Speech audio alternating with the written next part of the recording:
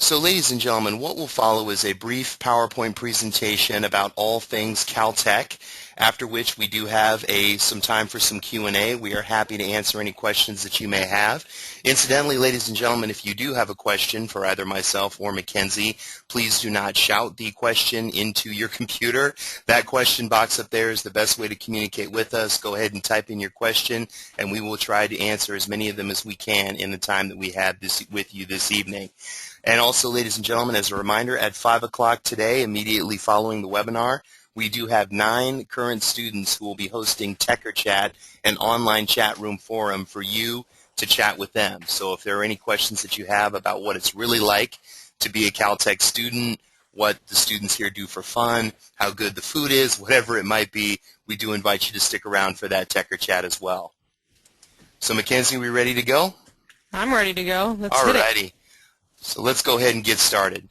So ladies and gentlemen, Caltech, or the California Institute of Technology, has been around since 1891, and believe it or not, when we were founded back in 1891, we were originally established as an arts and crafts college, if you can believe that. It was not until the arrival of our founding fathers, who you see on the screen in front of you, Arthur Noyes, George Hale, and Robert Millikan, in the early 1900s, that Caltech underwent a rather drastic transformation into the math, science, and engineering juggernaut that we, of course, know and love today. And ever since the early 1900s, Caltech has been a major player within the scientific community. We have been the home of 31 Nobel laureates, including Albert Einstein, Murray Gell-Mann, Richard Feynman, and Ahmed Zewail. It's also important to note that 5 of our Nobel Prize winners are currently in residence here at the Institute, and in fact, all of them are very much involved with the undergraduate experience, whether it's teaching freshman physics like Dr. Politzer or employing undergraduates in their lab like Dr. Baltimore. If you want to do research with Nobel Prize winners, Pasadena, California is a great place to be. Caltech today is a major research university that investigates the most challenging fundamental problems of science. We are a community that believes in educating students to be productive members of society, and a community that will not only endow our students with the theoretical knowledge and the technical skills that they need to work within the scientific community. It is our hope that our focus on math, science, engineering, and research will give you the new ways of thinking, the sense of purpose, and the spark of creativity that is necessary to revolutionize the scientific community as you encounter it. Caltech has been synonymous with science and revolution for a number of years. You are the future of scientific investigation at Caltech, and we will prepare you accordingly. Most certainly. And beyond the Caltech research and kind of different labs that we'll get into here on campus, where both Owen and I are this evening, we have a series of different off-campus research facilities at your disposal as an undergraduate student here at Caltech. Shown here, you can see the Keck Observatory in Hawaii, not the worst place to be sent to do research. It's got basically these twin telescopes that are able to work together and function as one of the largest telescopes in the world, as working with those twin mirrors. We've also got, as you can see, combined array for research millimeter wave observatory, and that's the 30-meter telescope that I was speaking about, the Keck Observatory down in Hawaii. The Jet Propulsion Lab, I'm not sure if any of you guys have heard of this little machine called Curiosity, currently on Mars. We're really proud of that. It's about 15 minutes from campus, and there's a shuttle bus that'll take students and professors and researchers back and forth between the two campuses. So it's definitely something that, as a Caltech student, you could get your hands on right away, and something that most of our students are doing, maybe over the summer for an internship or a guest lecture, things along those lines. And of course, you don't have to go far to take advantage of great research opportunities, because right here on Caltech's 124-acre campus, we have an unbelievable number of resources for you to take advantage of. We like to think of Caltech as a school that offers the best of both worlds. That is, the big school, for lack of a better term, resources that you need to grow and develop as a scientist within a small school learning environment where the education is really tailored to your individual needs as a student. There are dozens of on-campus research centers which students have literally 24/7 access to during their time at Caltech. Pictured at the top of your screen is the Cahill Center for Astronomy and Astrophysics, one of 5 laboratories that were either opened or renovated within the last 3 years. And below that is the Beckman Institute, which is an interdisciplinary biology research facility and one of the hallmark research facilities at Caltech. Caltech spends $368 million per year in research and development alone. We are one of the top 5 patent-producing universities over the past decade, and we have established well over 100 startup companies since 1995. Given the level of achievement that happens at Caltech on a daily basis, it's sometimes hard to imagine that Caltech is the home of only 350 faculty members and 950 undergraduates. And Mackenzie, let's go ahead and spotlight some of those phenomenal faculty members that we have on campus right now. Most certainly. So here you can see Mike Brown. You might have actually known one of his most recent books, and that's How I Killed Pluto and Why It Had It Coming. Because in discovering Eris, one of the exoplanets, Professor Mike Brown was part of the team that did demote Pluto from where we all grow to know and love Pluto as one of the planets in our solar system. And he's part of what's called the astrophysics chat that happens. I think it's every Friday morning. We have some of our students are into planetary science. If any of you out there are into planetary science, Mike Brown, as well as some of the other professors most involved in that field, just get together and have coffee, talk about what's going on in the astrophysics, the planetary science, exoplanetary science field. So it's kind of cool that you could just sit and chat with them about what's going on. Down below we've got Francis Arnold, who founded Geofuels, so you can see there, creates a lot of different alternative energy sources and is part of the teams trying to figure out how we can better plan our world. Now, these 2 gentlemen here have also been part of some really groundbreaking research, both of which are employing undergrads. So any seniors out there, these could be your research mentors in about a year and a half or so, if that sounds good to you. John DeBeery up top is really interested in how to learn from natural occurring species and systems, how we can engineer more efficient systems off of those. So he's been able to create wind farms, like you can see here, that are 10 times more efficient by learning about where the jellyfish can create their eddies. I'm not sure if any of you were paying attention, but about 3 or 4 weeks ago, actually in collaboration with a Harvard lab, he was able to create an artificial jellyfish, pumps just the same as a jellyfish, looks more like an asterisk, but we can talk more about that in the chat and what kind of research he's doing right now to be able to get us closer to pumping a human heart. Underneath we have John Eiler, who is actually part of the team here at Caltech, the first to discover that dinosaurs were in fact warm-blooded.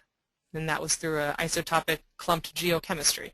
So it's that kind of research across the board that you could get involved with here at Caltech. And going back to what we said earlier about Caltech offering a small school environment, what that means for you is that you are having the opportunity to interact with these professors on a daily basis. Caltech is known for its small class sizes. In fact, 69% have fewer than 20 students, and last year we discovered that there were 16 separate classes taught on Caltech's campus in which only 1 student was enrolled. You heard me right. We do not cancel classes for lack of enrollment here at Caltech. So if you happen to be the only student signed up for that particular advanced physics seminar, so be it. The class will still be taught, and you'll have a great opportunity to get to know your professor. Yeah. You can't exactly skip class in that case, but yeah, that might be a trade-off you have to make. And of course, one of the other advantages of being a small school learning environment is not just the fact that you get to know the professors, but the fact that the professors get to know you. Because we are a small school, our professors have carte blanche to get to know you, get a sense for what you're passionate about within the fields of math, science, and engineering, and really create opportunities for you where none may have existed. Some of the faculty that are pictured on this slide in the upper right-hand corner, that's Dr. David Baltimore, who was a Nobel Prize winner from 1975. His research group is currently engaged in developing a vaccine for the HIV virus, and preliminary testing is looking very positive in that we might have a vaccine within the next several years. Below him is Ken Liebrecht, who works in the Snowflake laboratory here on campus. His research is built around snowflakes, how they're formed, and the crystalline structures therein. And on the bottom left, we have Dr. Harry Gray. Remember the Beckman Institute that we showed on the slide previously? That's his building. He was one of the founding researchers behind the Beckman Institute that got that program up and running. And then the way that we're able to really make sure that your first year even, about half of our students are participating in research, their very first year, is by outlining in our core curriculum in that first year that you're going to be at Tech a really strong foundation in all the different types of sciences. So you'll be taking proof-based calculus, calculus-based physics, and chemistry and biology in the labs. You'll be in what's called scientific communications courses. Make sure that you can't only do the groundbreaking research, but we want you to be able to present it at conferences. We want you to be able to write it in a way that will help you get published, not just that beloved 5-paragraph essay that I know you all do know and love. So that core curriculum, which helps really make a foundation for not only your time here at Caltech, but the rest of your scientific career, is a lot of why professors will take first-year students into their labs, and you're able to really jump in to the opportunity there. One of part of that, yeah. Go ahead. Owen. No. I was going to say one of the other interesting aspects about the core curriculum is, as you can see on your slide, the fact that it calls for 12 terms of humanities or social science courses. Now, Caltech is technically on a quarter system, but due to the summer research program that we'll talk about a little bit later on, there are no courses that are taught during the summer quarter. So as a result, Caltech is really on a trimester system. One trimester equals one academic term here at the Institute. So what that means in terms of the humanities and social science requirement is that at least one of your classes every single term will be in something other than math or science. Like them or hate them, the humanities are critical to your development as a scientist because of their emphasis on communication. And what I think is also telling is the fact that nearly 70% of Caltech students will take more than just those required 12 terms of humanities. If you have an interest in humanities, we have some great programs here for you to take advantage of. Most certainly, and there are about 20% of our students who will end up doing a double major. Now, some of those have 2 majors within the hard sciences, but a lot of times it's those required humanities courses snowballing, if you will, into a major in English, something that some of our techers have, even though they never thought they'd have coming out of high school. And of course, ladies and gentlemen, after you have received a broad exposure to different scientific divisions, we want you to specialize in the option or major that you like the best. There are 30 different majors that are offered to Caltech undergraduates. They are all Bachelor of Science programs. To make life simple, we have divided the majors into 6 academic divisions. Now, let me be clear when I say that a division is not a separate school. When you apply to Caltech, you are applying to the institute as a whole and not to a specific division. Every student who comes through Caltech's doors as a freshman is, for all intents and purposes, an undecided student. You do not declare your major officially until the end of your freshman year, precisely because we want you to use that first year to take some different classes and really find that division and that option that is right for you. So the 6 divisions that we offer are biology, chemistry, and chemical engineering.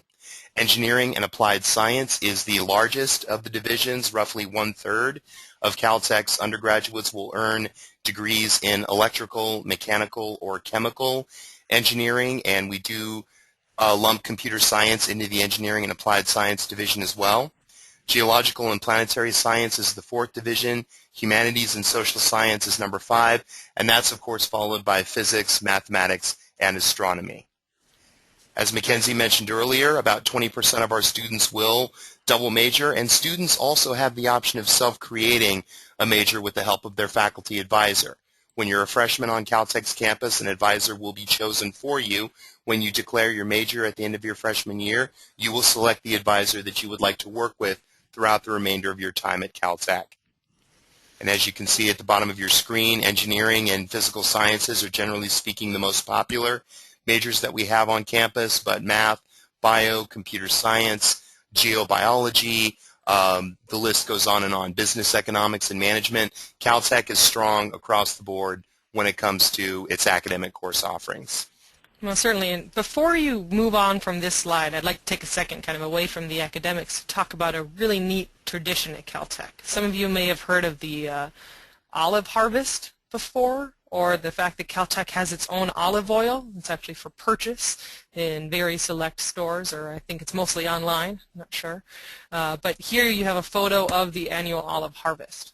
So you've got faculty, students, researchers, JPL scientists will come by. Our president, John Lucian Moe, is always involved, and people climb the ladders up and down. This is that main courtyard between where all of the undergrads are living, or all the houses are, and they're picking the olives for the olive harvest that day. It's an institute holiday where everybody just comes out, holds a ladder, grabs up, and picks the olives. But I think it's the foundation of it that's a pretty interesting story, where a few students, because these olive trees have always been obviously part of our campus, a few students went out, find some olives, were working in a lab with a centrifuge, decided to go back and see if they could make some homemade olive oil by putting the olives in the centrifuge after mushing them up some.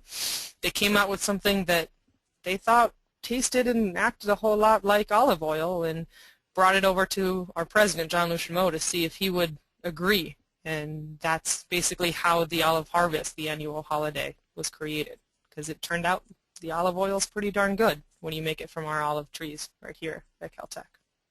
And to very quickly answer a question from Young King, I understand that chemistry is not pictured on the previous slide. The chemistry department at Caltech is one of the strongest in the nation, and in fact, 2 of the 5 Nobel Prize winners, Bob Grubbs and Rudy Marcus, who are currently in residence at Caltech, or I'm sorry, excuse me, Bob Grubbs and Ahmed Zawale, who are both in residence here on campus, are affiliated with the chemistry department and work with undergraduates every single year. So still a great program to get involved with as an undergraduate.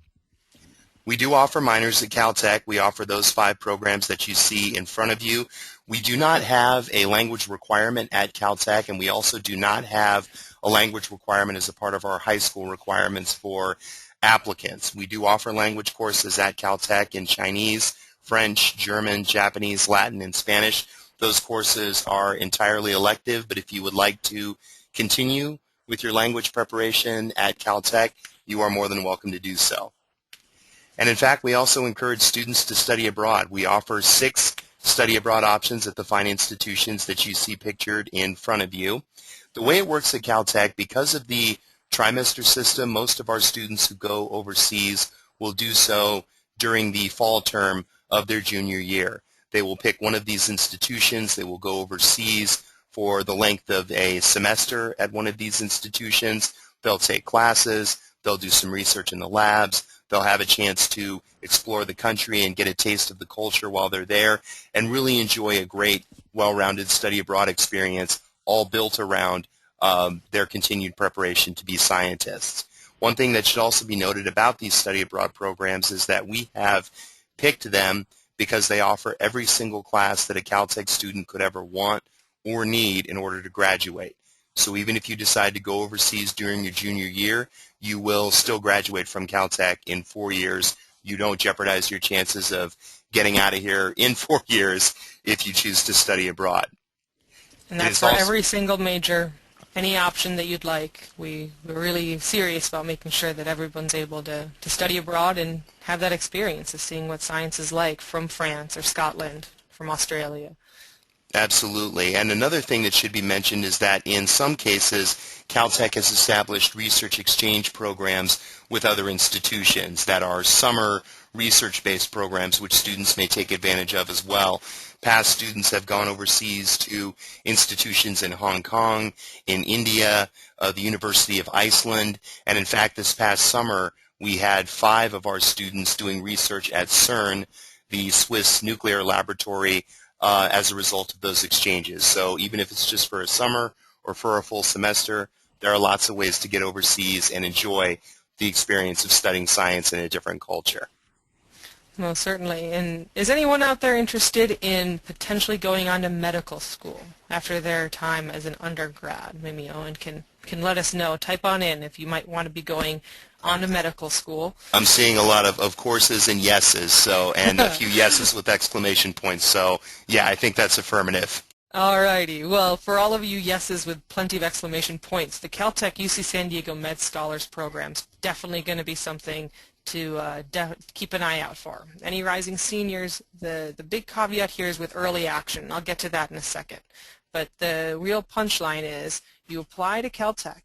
If all goes well, you're accepted into both programs. That means you've got 4 years to look forward to at Caltech with all the research-based curriculum and experience that we have.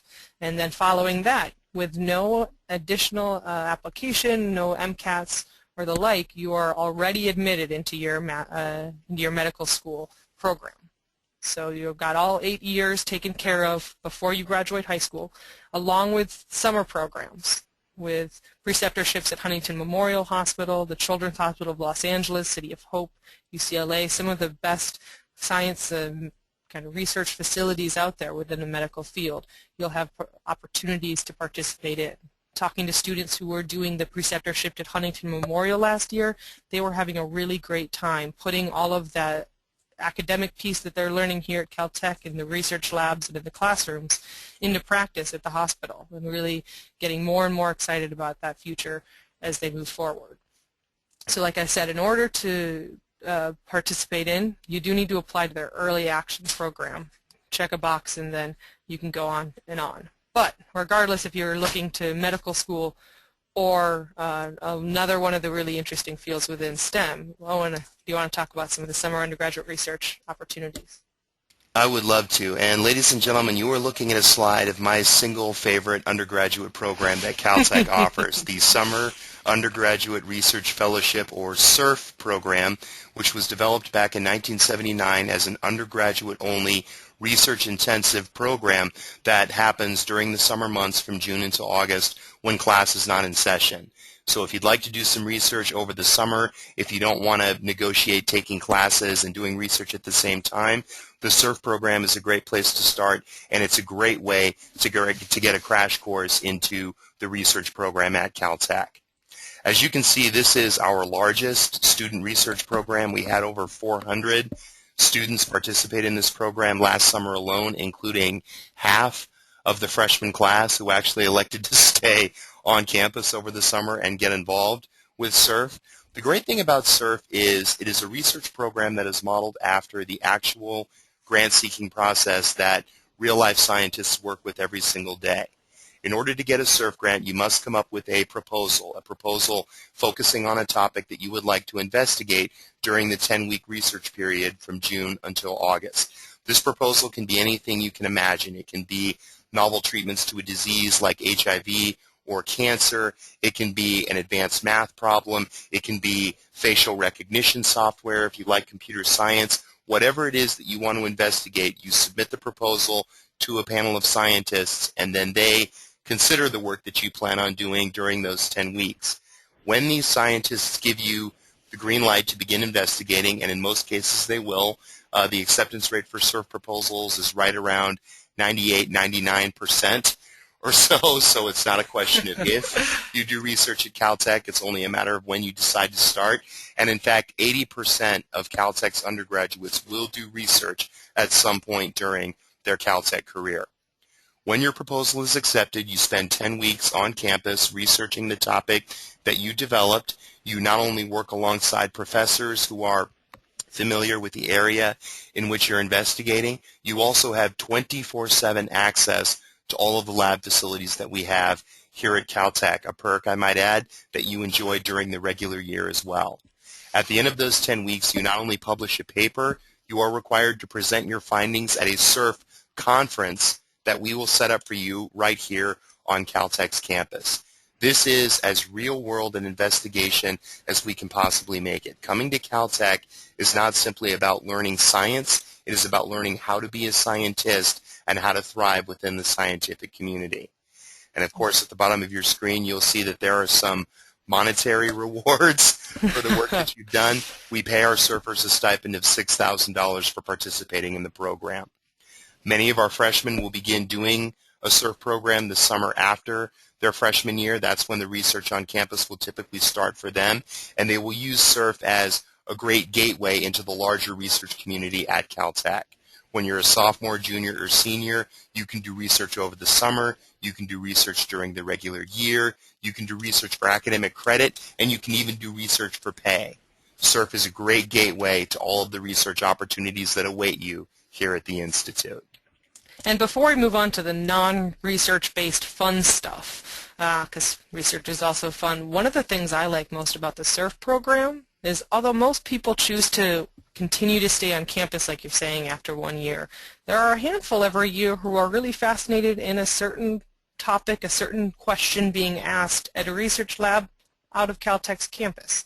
So a handful of students will actually go through SURF up to the Jet Propulsion Laboratory, to JPL, but a handful will go to other institutes around the nation, other top schools, other top research labs, and around the entire country, or around the entire world, I'm sorry. So the whole point of the program, like Owen's been talking about, is to have as realistic an opportunity to get involved with the type of research you want to be involved in as possible.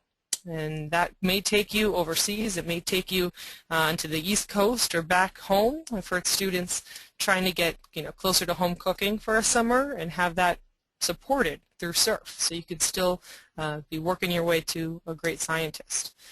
Mackenzie, why don't you take us through the non-research fun stuff slide while you're at it? The non-research fun stuff is a lot of what makes Caltech such an interesting place. I think there's a few myths out there about how at Caltech you're really just in the classroom all the time, and that is the furthest thing from being true as I could imagine.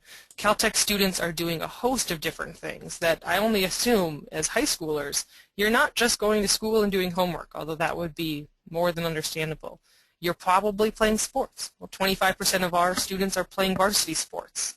And then if you include inter-house sports, and we'll talk about houses in a second, but those are kind of our version of intramural sports, more for pride than anything else. We have between 80 and 85% of our campus participating in those.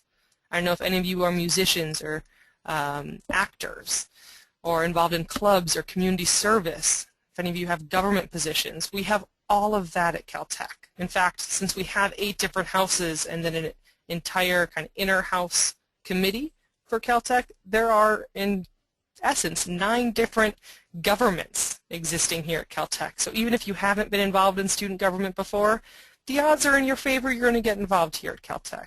You can try writing for the newspaper. You can try a whole host of different things and have a lot of fun as you do it. Plus, there's something kind of magical that happens when you get these kind of brains together and then take any stigma away from being a geek out there. And as you can see in the top left-hand corner there, a lot of fun pranks and the like will happen when you're able to really work within your community. So you can see we've been known for changing the Hollywood sign to read Caltech, the Hollywood icon. We've been known to gain access to the Rose Bowl scoreboard and shift during that main Rose Bowl game the score. So it read, I believe, 39-6. Is that correct, Owen, that we were beating MIT by, even though neither teams were actually playing in the Rose Bowl game? That's correct. It's a prank that earned us the dubious distinction of one of the greatest college pranks of all time, according to the Museum of Hoaxes. That's a ranking I'll definitely lean back on more than most, but I appreciate that. And it's really just a community where every weekend will look different, with different house trips to skiing, trips to the beach, different things to do in LA and food to eat, and then different clubs will have events. So no 2 days, no 2 weekends are alike at Caltech, and I think that piece of the community is oftentimes what allows our students to do so well in the classroom and the lab, because they're having so much fun as that happens. Pasadena is a great place to make all of that happen. Another thing that we should point out, too, on the upper right, to the left of the, or to the right, I should say, of the Caltech Hollywood sign, many of you are probably wondering why we have a group of Caltech students dressed up as Venture Brothers and henchmen. That picture was taken at an annual Caltech event, which is known as Ditch Day. Now, I'm sure many of you have heard about a ditch day in some form or another. In most cases, it usually involves the seniors on a given day and time taking off, going and having a good time, and leaving all of the other students behind to carry on business as usual. That's how it started at Caltech way back in the early days, but it has since evolved into something much more complicated. In the early days, the seniors would take off. They would go have fun at the beach. They would go hang out downtown and leave all of the undergraduates behind. These undergraduates, as you might imagine, were not happy with that arrangement, and they began taking out their frustrations on the seniors' rooms by breaking in their absence, and rearranging some of the furniture. Soon it was not at all uncommon for seniors to come back and find that their beds had been mysteriously bolted upside down to the roof of their dorm. One gentleman came back to find a Volkswagen Beetle car fully reassembled in the middle of his room. Another student returned to find that his door had been plastered shut and then painted to match the rest of the wall so that it, in effect, vanished from view to the casual onlooker.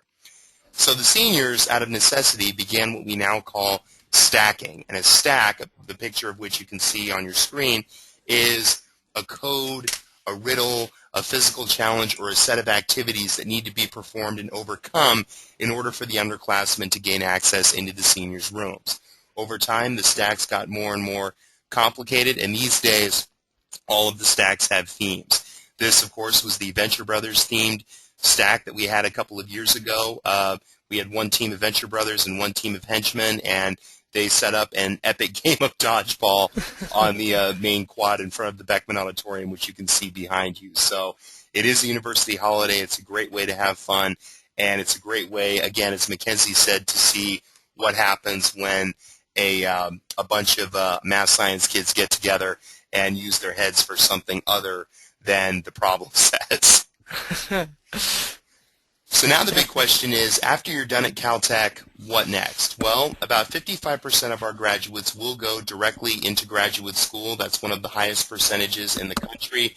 Our students go all over. They go to graduate school at places like Harvard, Yale, Stanford, Berkeley, Georgia Tech. A handful of them will return to Caltech to pursue their master's and their PhDs. And in fact, 35% of our students who do go on to graduate school do earn PhDs, and that's one of the highest rates that you'll find of any university in the country. Those students who choose not to go on to earn their master's or their PhD, those students who choose to enter the workforce, are generally speaking pretty well taken care of. As you can see on your slide, the average starting salary for a Caltech Bachelor of Science graduate is right around $82,000, one of the highest in the country, and about 7% of our graduates will go on to win prestigious National Science Foundation fellowships at nearly twice the rate of the next closest institution. So whether you see yourself working in the industry or whether you see yourself continuing your education, trust us. Given the preparation that you've had at Caltech, the emphasis on advanced academics, the research experience, you will be well prepared for whatever it is that you choose to do when you're done at the Institute. Definitely. So now that we've talked about all of the fun to have from core to the summer undergraduate research fellowship and the clubs and ditch day, and then of course graduate school and those really good jobs after you graduate, the question now in all of your minds has to be, well, how do I join this Caltech community? So we're going to go ahead and walk through the application process really quick. I know that you're not all seniors, and seniors we've got, what, 20 some odd days until early action. As you can see, November 1st is our deadline. Oh, goodness. It's so exciting, isn't it? But if you're not a senior yet, don't tune out just yet. Juniors, sophomores, frosh, even younger students out there, this is really more important for you in a lot of ways, because at a certain point, by the time you're a senior, your transcript is mostly complete, right? Even if you could change it, please don't. That's not the point. But as you're plotting out your high school career, frosh and sophomores, definitely take a look and keep this stuff kind of on your back burner so that you know when you're a senior that you're all ready to go. So with that kind of out of the way, everybody's still paying attention. We are a Common App school, so we have a common application and then a supplement, and you can apply to both online. It's a really simple process, and of those 2 dates, early action being November 1st and then regular decision January 3rd, the advantage or disadvantage to each applicant is really minimal. So we would suggest you apply whenever you're most ready. whenever your application is as strong as it could possibly be. And that's going to really help your odds in the long run. The one caveat is, in order to apply for that UC San Diego Med Scholar program that I was talking about, you've got to apply in that November 1st deadline. We do require standardized testing, either the SAT or ACT, your choice. If you take both, send in both. If you take one more than once, we'll always super score on your behalf, so go ahead and send in every test that you've got. On top of those tests, regardless which you choose, we do require 2 subject tests through the College Board, the Math Level 2, and then any of the sciences. So we'll require all 3 of those tests to help us put it in context. But then again, how you're doing on those standardized tests, how you're doing in your classes in high school, it's not a perfect equation. It doesn't directly correlate to how you'll do here at Caltech, and that's where your letters of recommendation can really help shine some light. So as you can see there, we require 1 letter from math or science instructor, 1 from humanities or social sciences. And that would be something like English or history, foreign language, government, economics, psychology. Am I missing any, Owen? Art history, language you said, history, econ, government, yeah, you got it. Mm-hmm. Perfect. So I think some people are confused. I didn't take a humanities course. Well, you probably have. So we do need instructors there, partially because, like we were talking about earlier, the core curriculum is going to require more humanities and social science courses. But through all of that, we're able to really try to piece together what it is that you're able to bring onto our campus, in our classrooms, in our labs, and in the rest of our community. What type of presence are you going to have in this really specific and really fun community geared towards the STEM fields? And a very quick note about financial aid, ladies and gentlemen. As you can see, Caltech is rather expensive. We cost about $56,000 per year with tuition, room and board, books, and living expenses. There are 2 numbers which do not appear on the slide in front of you, which I forgot to put up earlier today, and for that I hope you'll forgive me. But it's important to note that the average undergraduate need-based financial aid package that we gave last year was around $36,000 in change. So it's rare that every student who comes to Caltech will end up paying sticker price for the education that is here. And to also answer a question that was thrown out earlier from Stephen, the average student debt that a senior incurs after 4 years at Caltech is $13,000, which is among the lowest for 4-year educational institutions across the nation. So don't let the price tag fool you. We do have great resources at our disposal to make this an affordable experience for you. We are need blind, and we do meet 100% of demonstrated need. We are one of only a handful of schools that can claim to be both. We also offer financial aid for international students as well. Now, one thing to note, if you are an international student, meaning you are neither a U.S. citizen nor a permanent resident at the time that you submit your application to Caltech, if you will be applying for financial aid, we ask that you apply during the regular decision cycle and not during the early action cycle. The reason we ask you to do that is because we need additional time in order to process your financial aid request, time that we simply don't have during the 3.5 weeks that we use in order to process all of the early action applications. So if you are an international student, if you will be seeking financial aid at any point in your Caltech career, we ask that you apply during the regular decision cycle so that we can give you all due consideration. It's also important to note that Caltech has been ranked by Kiplinger and by a handful of other top-notch publications as a best value in education. You can find more information online at finaid.caltech.edu. There is a net price calculator available on that website, which you are welcome to use as well. But when in doubt, give the financial aid office a call, send them an email. If you call them, I promise you, you will get a real person on the line every single time. We don't really believe in phone trees here at Caltech, but when in doubt, talk with them and let them work with you to make this as affordable a venture as we possibly can. And with that, ladies and gentlemen, we come to the Q&A section of our presentation. So, Mackenzie, you ready for some questions? I'm ready. Let's see what they've got. All right. First question comes to us from Ariyaman. How does Caltech view the AP program versus the IB program? Well, certainly I'll take that one, Owen. Both the AP curriculum and the IB curriculum offer a really kind of a tougher version of high school that we definitely appreciate from our applicants. And you might actually be out there without either of those programs at your high school. And so we understand that different high schools are offering different types of curriculum. So I think your question was more, if you are picking between those curriculum, pick whatever courses that you're most excited about, really. And so the IB curriculum gives you a chance to take more focused courses and really build your curriculum in that way. But for some of our students, there's not a IB computer science, for example. So the AP curriculum may offer some more flexibility there, but it just depends on what your school offers and what you're offering. If you're at a school without the IB or the AP curriculum, that's perfectly all right.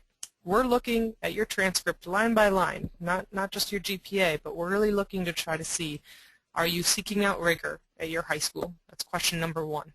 Because once you get to Caltech, it's no longer truly an option. All of the courses are going to be hard. You can trust us on that, no matter how hard you found the IB or the AP curriculum. And then the second thing that we'll ask ourselves as we look through your curriculum or your transcript, year to year, line by line, is how you're doing in those tough courses. So even if an honors program is kind of the max you have, or if there's no version of AP in your curriculum, that's all right. We're also understand, and a lot of high schools will have different types of restrictions. You know, you can take pre-IB and then there are 2 years of IB, or you can only take an AP, 2 AP classes a year, AP classes your junior and senior year. All of those restrictions we understand. So we're not comparing people across the board or really within high schools. We're comparing you to what was accessible to you in your high school. And our next question comes to us from Dare. How is the computer science program at Caltech? It's phenomenal. We actually had a meeting with one of our assistant professors, Dr. Adam Weirman, a couple of days ago, and we actually asked him that very same question. And what Dr. Weirman said is, first of all, the junior and senior year courses that are taught through the CS major are project-based courses. They're built around research and built around topics and problems that computer scientists are working on today. So it does give students the chance to engage in project-based learning and advanced problem solving within the computer science division.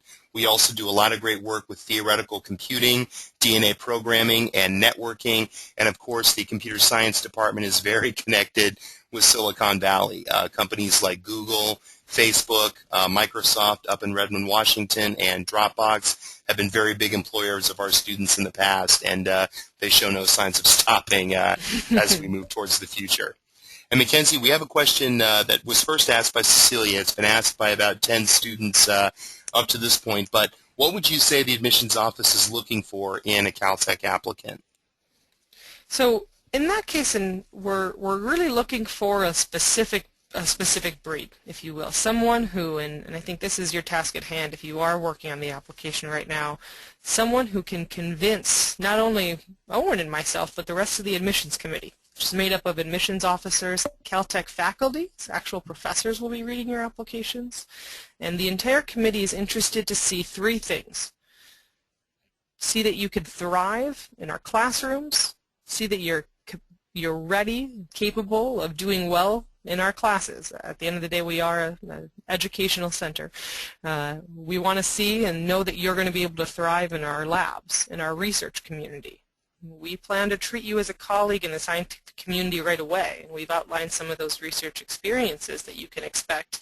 We want to make sure that our goal of making you one of the best scientists you could possibly become is also your goal. So that's really front and center to part of our application. And then the final piece there would be that you're looking forward to have fun in the rest of our community and that you can thrive in our housing, in the different clubs and teams on our campus. So we're able to, in being selective, really find the students who are going to most thrive academically, as future scientists, and then finally as fun, engaged members of our Caltech community. So I hope that kind of clears up exactly what us on the committee, the admissions committee, are looking for in those applicants. And our next question comes into us from Minyu. Minyu wants to know, will Caltech accept only a certain percentage of students from out of state? Truth be told, Caltech, we are California in name, though not in makeup. Only 27% of our students are from California. The rest of our students come from all over the country and all over the world. In fact, 16% of our students are international students. We have students from the Northeast, the Northwest, the Midwest, the Deep South. There is no geographical quota. There's no geographical preference given to applicants in our process. As Mackenzie said, we're looking for active young scientists regardless of which state they might hail from. And Mackenzie, we got a question coming in from Avery. What is Pasadena like? Pasadena is a really fun place. It's one of the last walkable cities in Southern California, which is, to me, a really exciting piece. I mean, from here on campus, there's Lake Avenue in Colorado, both of which are basically, 3 or 4 blocks away, well within walking distance, and full of great food. I'd say that's probably the best thing about Pasadena, as someone who really likes to eat. Almost any different type of food you could possibly want is within walkable distance. There are great burritos and hamburgers, Thai food, sushi. I'm getting too hungry, so I'm going to stop listing delicious foods that I want. But the other piece is there's a lot of other things to do. The Huntington Memorial Gardens and Library is also very close. There are a handful of other museums. There's a playhouse district, so there are different plays. There are 2 movie theaters and then also a cheap movie theater, only $2 or $3 for tickets depending on the night of the week that you're looking to go. And so there are a host of different things, and that's all within this community right where Caltech is. You know, within 10 miles you'll be in downtown LA with all of the other opportunities there, right? An hour or 2 and you'll be at both skiing or the beach depending on which way you go. For all of you outdoorsy folk who might enjoy hiking or backpacking or biking, we've got mountains to hike in about 15 minutes away, if not a little bit closer, so you can still get to waterfalls and things. Coming from Minnesota myself, I was a little bit nervous about that piece, but there's a lot of nature as well as the city aspect to enjoy right here from Pasadena. And Mackenzie, we just got a shout out from Sue Ann, who types in Beard Papa smiley face. So Beard Papa's is right around. Love it. All right. So our next question comes into us from Carl, and Carl wants to know what is the average amount of time that a student spends on homework every night. Carl, I have my answers, but I know our current students at the chat would do a much better job of answering that question because they're going through it right now. So I think I'm going to defer that question to them and let them answer that one during the chat. But I know that they would be happy to do so. And another question from several students, Mackenzie, is the early admissions program at Caltech binding? No. So early action is going to be the non-binding option. And we're also non-restrictive, so when you apply to us early action on November 1st, that means that we'll let you know on mid-December. We'll admit a handful of students, we deny a handful of students, and then we'll also defer some students. And I think there's a lot of complication of what all of those different things mean. So at Caltech, we'll defer a handful of students because we see enough promise that we think you might be able to do really well in our community, but we're just looking for those 1 or 2 extra pieces. And we're looking to see maybe the grades or if there's something else that's about to come out of one of the teams or activities that you're in. So don't be too discouraged by that decision. Definitely take a look at the options that we'll present to you at that point. But also, when you apply that November 1st day, you can still apply to any other school as long as they're non-restrictive in their early action protocol. So there's some schools that will say you can only apply to us if you're going to apply early action. We, as long as we don't step on anyone else's toes, are okay with you applying to as many schools as you see fit. You know your situation best.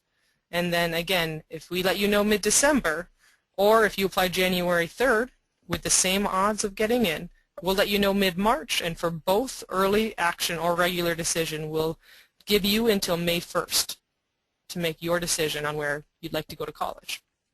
Mackenzie, we have a question coming in from Varun. If a student has not done any research, are they still welcome to apply to Caltech? Most certainly. A little under half of our admitted students, those students who are admitted through our process, have done research on the high school side. So doing research is in no way required to be competitive applicant here at Caltech.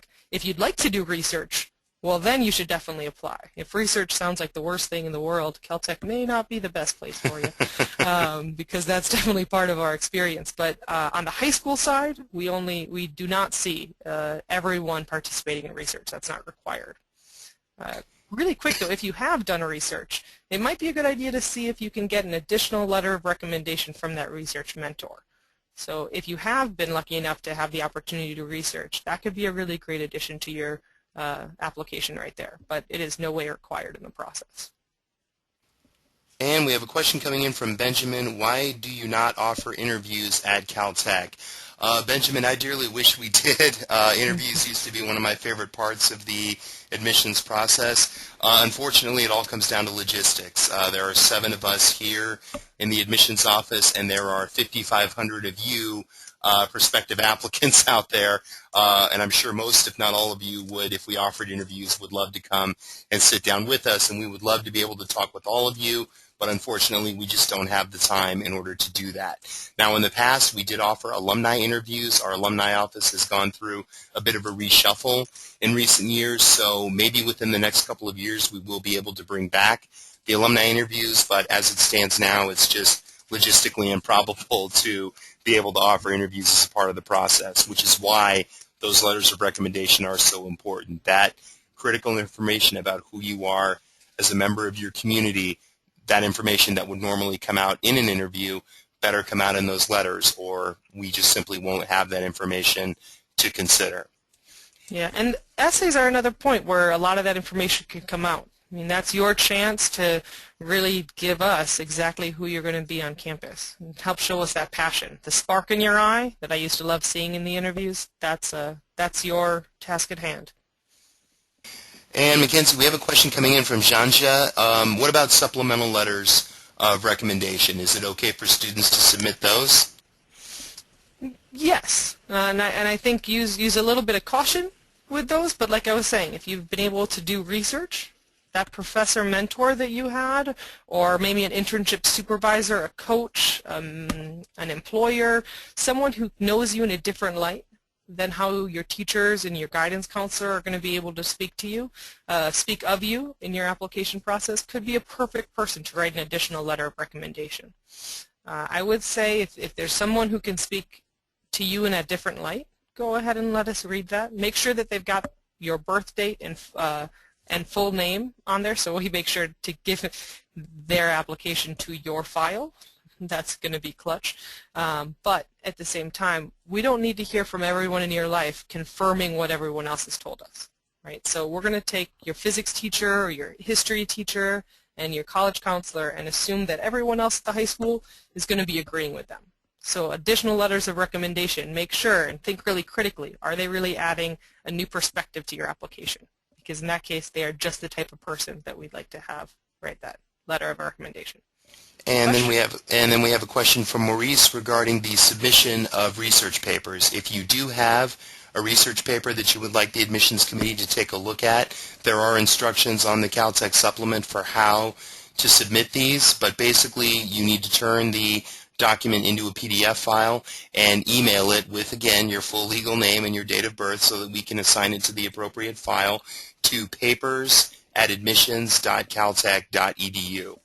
Once we've received the paper, we will collate it with your application, and we will ask one of the professors who serve on the admissions committee with us to evaluate the paper and offer their insight as well, along with the rest of the application materials that we're looking at. And Mackenzie, we have a question coming in from Young. How is the food on campus? Young, it's delicious. Now I talked about all the great food out in Pasadena, Beer Papa's included, but here on campus we've got 4 solid meal options to go for. So depending on what you're interested in, if you have time or not time, a lot of our students say for breakfast would rather choose to sleep an extra half hour than go and have a nice warm breakfast, even though that's an option. Chandler, our dining hall, is open for breakfast. Now our students in the chat may or may not know that, again, because sleeping right up until class is more preferable. But so you might grab an apple or a banana from your house kitchen and call that breakfast. And then Chandler, our dining hall, and that's where most students will eat lunch. It's also where professors and postdocs eat lunch, and I think that says a lot, because if you're a professor eating lunch at the school cafeteria, it must be pretty good food. They've got a rotating bar, they've got a taco bar, they've got pizza every day, and you can make those to order. They have a salad bar, pasta bar. It's a whole host of different things. There's fresh sushi, and it's a place I enjoy going myself. There's also a food truck on campus that coworkers and I had for lunch yesterday. That's delicious and very affordable. And then there's also Broad Cafe off by Broad, the biology building that we showed you earlier, and that's delicious. It's got good sandwiches and subs, and then there's also kind of a convenience store option. So if you either take a quick meal home, make it in the microwave as you're about to watch TV with your house or something along those lines, all the different types of food. And we have a question coming to us from Brian. What is the last SAT date for regular decision applicants? If you are applying to Caltech during the regular decision cycle, the deadline is January the 3rd. All of your standardized testing must be completed by December 31st, 2012. We will not accept testing that comes in after the regular decision deadline if that is the deadline to which you've applied. Likewise, for early action applicants, if you are applying by November the 1st, your testing needs to be completed by October 2012 so that we will receive those scores in time to consider them.